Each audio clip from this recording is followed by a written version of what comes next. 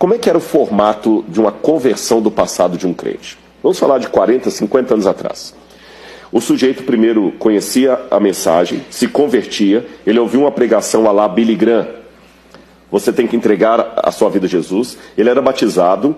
Se ele fosse batizado numa igreja que batiza por imersão ou por aspersão, não importa. O batismo era: eu, como ministro do Evangelho, te batizo para a remissão dos seus pecados em nome do Pai, do Filho e do Espírito Santo.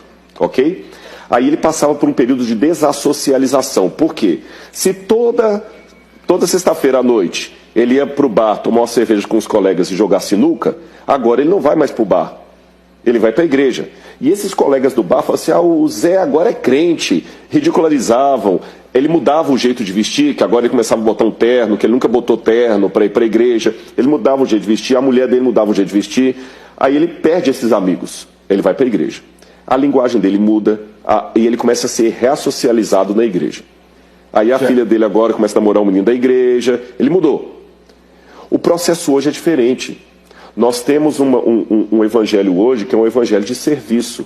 O mercado descobriu um nicho a ser conquistado, que é o cristão consumidor. Então você cria uma mega church, não há mais a pregação sobre pecado.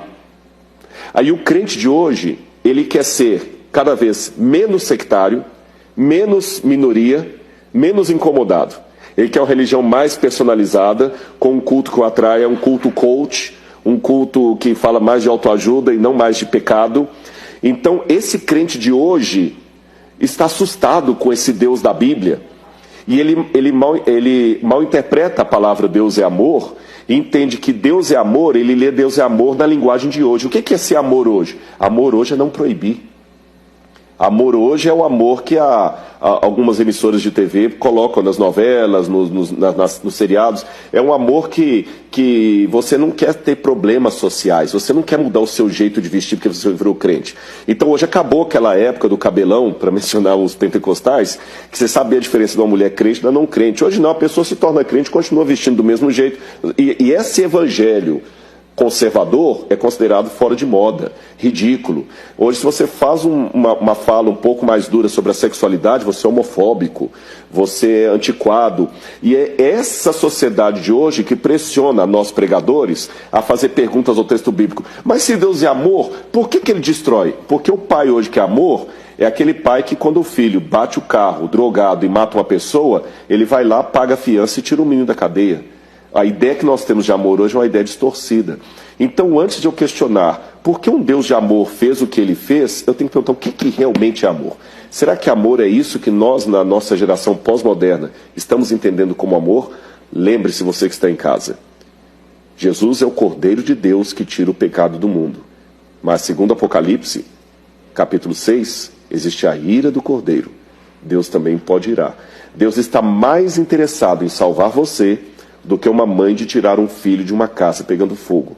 Mas Deus não é um pai pós-moderno que vai tirar você da cadeia depois de tudo que você fez. Não. Ele vai deixar você lá, se você quiser. Eu posso contar uma parábola rápida? Mas é claro. Jesus contava parábolas, né?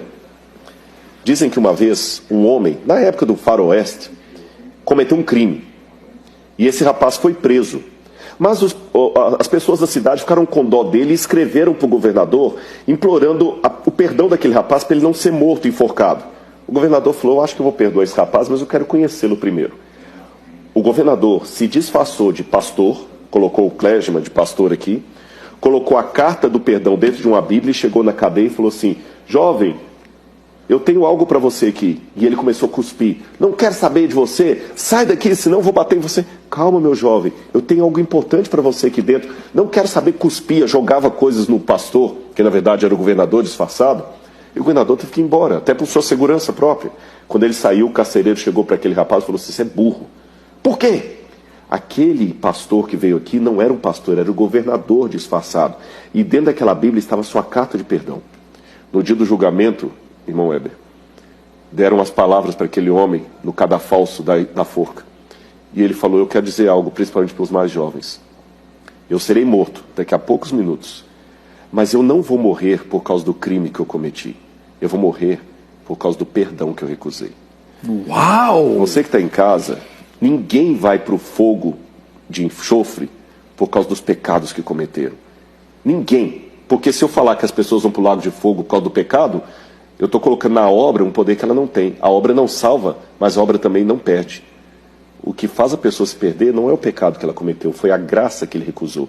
Agora entenda uma coisa, qualquer ensino sobre salvação que não transforme a sua vida, que não mostre que Deus ama, mas ele também se ira, esse não é um ensino bíblico. Dietrich Bonhoeffer falava do mito da graça barata. A graça é de graça, mas não é barata. Então, essa é a coisa. Então, quando você lidar com o Deus do Antigo Testamento, que parece duro demais, pergunte, será que é Deus que é duro demais? Ou a educação de hoje que é demasiadamente frouxa? Uau! Essa é forte.